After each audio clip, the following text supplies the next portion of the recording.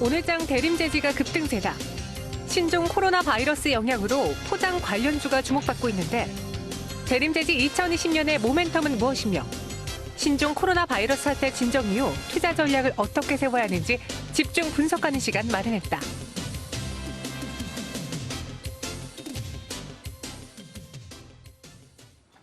네, 이번에는 우리 시장으로 들어와 볼게요. 그래도 다행입니다. 코스피는 보합에서 코스닥은 0.64% 상승하고 있는데 오늘 시장에서 지금은 또 반도체라던가 좀 실적 기대주들이 오르긴 했지만 장 초반만 해도 코로나 바이러스 테마주에 따라서 움직였습니다. 수혜냐 피해냐에 따라 극명하게 엇갈렸는데 그중에서 수혜주인 제지주 그리고 그 안에서의 대림제지 한번 짚어보도록 할게요. 프라임스탁 정태근 팀장과 함께하겠습니다. 안녕하세요. 네, 반갑습니다. 네, 반갑습니다. 주말에 밖에 나가셨나요? 네. 나가셨어요? 저는 나가면서도 약간 이게 나가는 게 맞는지 좀 걱정하며 마스크 쓰고 돌아다녔는데 실제로 이런 분들이 집안에만 있다 보니까 오늘 증시에서도 이제 수혜주, 뭐 택배 관련주들, 제지주, 포장주들 이런 것들이 올랐거든요. 포장재 업종의 강세 배경에 대해서 좀 더 자세히 짚어주시죠. 일단은 뭐 걱정이죠. 걱정이고 걱정이 테마로 나온 거고 네. 이렇게 봐야 될 것 같은데 방금 말씀하셨듯이 일단은 밖을 잘 안 나갑니다. 그렇기 때문에 뭐 마트라든지 백화점보다는 뭐 온라인이라든지 모바일 통해서 쇼핑을 할 수밖에 없는데 그러다 보면은 이거를 뭐 직원이 직접 갖다 주지는 않겠죠. 그렇기 때문에 택배라는 서비스를 이용을 해야 되는데 이런 택배 서비스를 많이 이용하게 되면 내가 구매한 물건을 박스에다 담아서 소위 말하는 박스에다 종이 박스에 담아서 배달이 오게 되는데 뭐 그러다 보니까 이 온라인 쇼핑으로 해서 모바일 쇼핑으로 해서 당연히 이 구매 물품이 증가를 하게 되면은 택배 용기 그러니까 박스겠죠. 종이 상자 같은 어떤 수요도 증가를 할 수밖에 없기 때문에 그런 이유 때문에 지금 뭐 제지 관련주들 그러니까 소위 말하는 뭐 종이 관련주라고 봐야 될 것 같은데 이런 종목들이 테마로 좀 형성이 되는 것 같습니다. 어떤 산업적인 어떤 업황 개선 이런 부분들보다는 바이러스로 인한 어떤 테마 뭐 이런 영향이라고 보는 게 일단 맞지 않을까라고 생각을 하고 있습니다. 그중에서 오늘 제가 네. 막 오르고 있는 종목들 또 검색 상위에 대한 종목을 보니까 대림제지가 눈에 띄어요. 이제 네. 택배 하면은 당연히 제지, 골판지 막 이런 기업들 나오잖아요. 네. 대림제지는 어떤 기업이에요? 일단은 서두에 말씀드렸듯이 골판지 만드는 골판지. 회사라고 보시면 되고요. 네. 그래서 골판지 중간 재료인 뭐 원지를 만드는 회사입니다. 이 원지가 뭐냐면은 그 박스 보시면은 겉면하고 앞면 사이에 공간이 좀 있잖아요. 에어포켓처럼 공간인데 이게 충격 방지용입니다. 그래서 그 충격 그 사이에 들어가는 용지가 원지라고 좀 보시면 될 것 같은데 그래서 서두에 말씀드렸듯이 이 원지를 생산하는 회사고요. 이 골판지 중간 재료 원지를 생산을 하다가 2015년부터는 골판지 상자 제조도 하고 판매까지 일단 진행을 하고 있는 상황입니다. 그래서 생산에서 판매까지 수직 계열화를 완성을 해서 네. 지금 현재 뭐 골판지 업체라고 좀 보시면 될 것 같고요. 이 골판지를 또 만들고 난 이후에 이제는 또 박스 제조를 해야 되겠죠. 그 같은 경우에 삼부판지라든지 동진, 한청, 사마, 한떡판지와 같은 회사에서 만드는데 이쪽 회사들로 이제 거래처를 확보를 하게 되면서 뭐 통신사처럼 안정적인 영업이익은 뭐 발생되고 있는 회사고 그리고 유별도 상당히 높은 회사다라고 보시면 될 것 같습니다. 그러니까 첫 번째로 제가 네. 궁금했던 그래 이번에 이제 제지주들이 오르고 택배 때문에 수혜로 네. 오르는데 과연 이 회사가 택배업과 정말 연관이 있는 건지를 확인해 봤어요. 첫 번째 이제 골판지를 만들고 있으니까 연관이 있는 회사. 그럼 두 번째 진짜 실질적으로 택배 수량이 늘어났을까요? 실적으로 연결될 수 있을까요? 아마 일시적으로 늘어날 겁니다. 일시적이요. 네. 근데 코로나 바이러스가 한 주, 두 주는 아니고 한 달, 두 달 정도 영향을 미친다면 실질적으로도 수혜가 있을 것으로 보여지는데. 그러니까 그 네. 수혜라는 게 말씀하신 것처럼 한 달, 두 달 단기적인 부분도 맞다라고 한다면은 네. 그럴 수 있을 것 같아요. 약간 일회성으로 생각하자면요. 그렇죠. 근데 네. 저는 개인적으로 수혜가 그러니까 지속성이라고 생각을 하거든요. 지속적으로 실적을 개선시키는 요인으로 작용이 된다. 그런 관점에서 저는 말씀을 좀 드리고 싶은데, 그러니까 이 관점에 좀 차이가 있는 것 같아요. 그 방금 말씀하신 것처럼 어쨌든 한 달, 두 달의 기간도 작은 기간은 아니기 때문에 네. 이 부분에 어떤 수혜가 증가를 하게 되면서 실적이 증가를 하게 된다라면은 좋은 거 아니냐? 물론 맞습니다. 근데 우리가 실적 모멘텀 얘기할 때 담은 분기, 일회성만 보기 할까요? 그건 아니잖아요.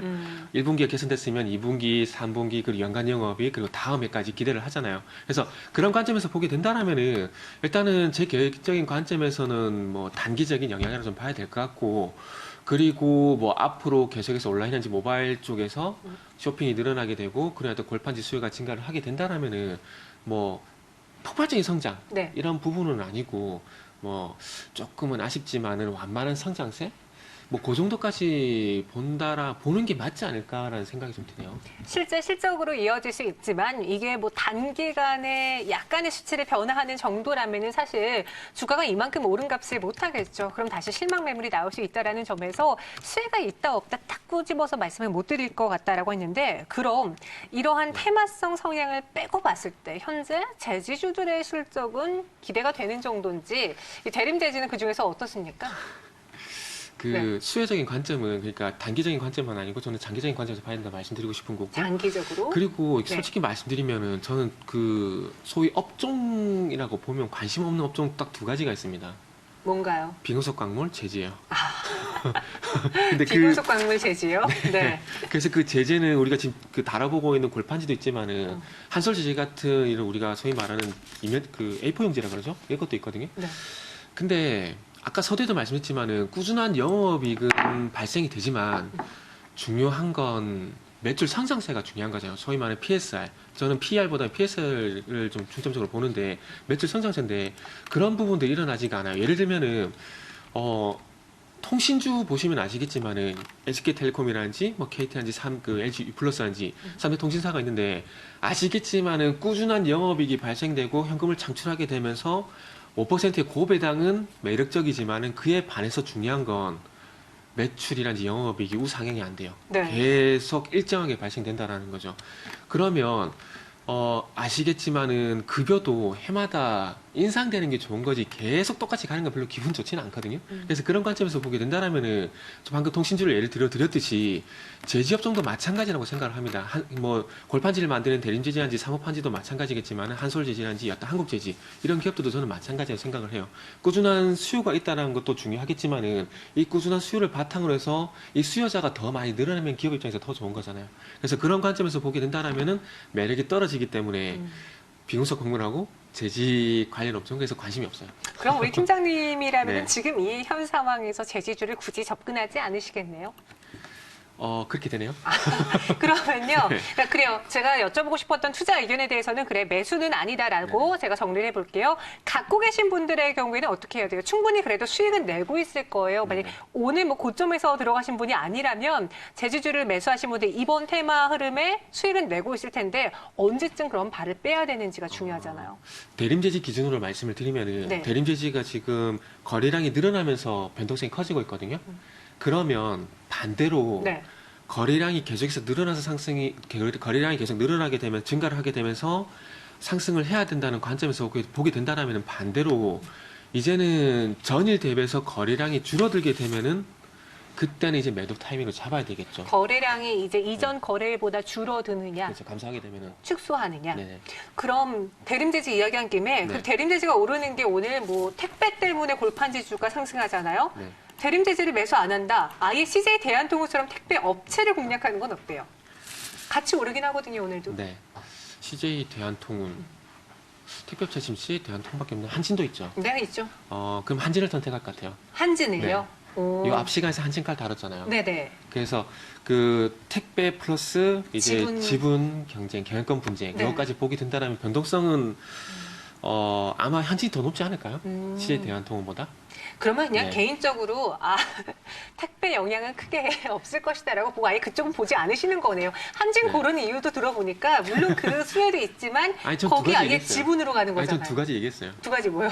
택배하고 경영권 분쟁 두 가지 얘기했어요. 아, 그렇습니까? 네. 그러면은 코로나 바이러스와 관련된 수혜주는요? 오늘 보니까 뭐 인터넷 쇼핑의 증가로 인해서 이제 전자결제주도 오르고요. 뭐 네. 코로나 바이러스 수혜주로 뭐 다나와든 뭐 홈쇼핑이든 이런 유통업체들도 수혜주로 꼽히고 있거든요. 네. 이 종목분들 다 전체적으로 별로 매력적이지 않다고 보시는 건지요?